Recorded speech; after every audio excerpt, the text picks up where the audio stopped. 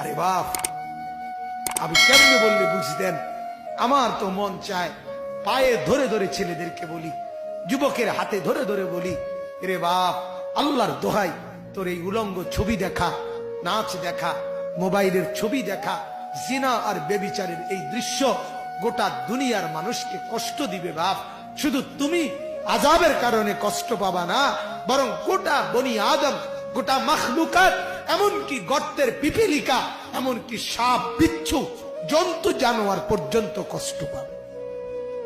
সব অভাব লাগবে এই গুনার কারণ, গুনার কারণ, নাফরমানির কারণ। কোরআনুল কারীমের মধ্যে আল্লাহ তাআলা বলেন, ওমা আসাবাকুম মিন মুসিবাতিন ফাবিমা কাসাবাত আইদিকুম, গুনাহের কারণে মুসিবত। যাহারাল ফাসাদু ফিল বাররি ওয়াল বাহর বিমা কাসাবাত আইদিন নাস, গুনাহের কারণে। আমাদের মা আর বোনদের হাঁটা চলা দেখেন না বাপ, বাজার, মার্কেট, শপিং, রেস্তোরাঁ, কফি হাউস, ক্যাফে, বিনোদন কেন্দ্র, পার্ক, মা আর বোনদের পাগল হয়ে গেছে, পাগল, বেসামাল।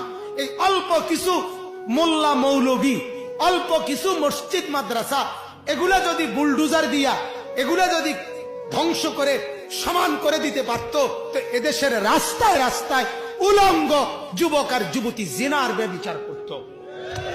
শুধু ঝামেলা এই মোল্লারা, এই মোল্লা এগুলা ঝামেলা, এগুলার কারণে পারে না, এটাই করতে।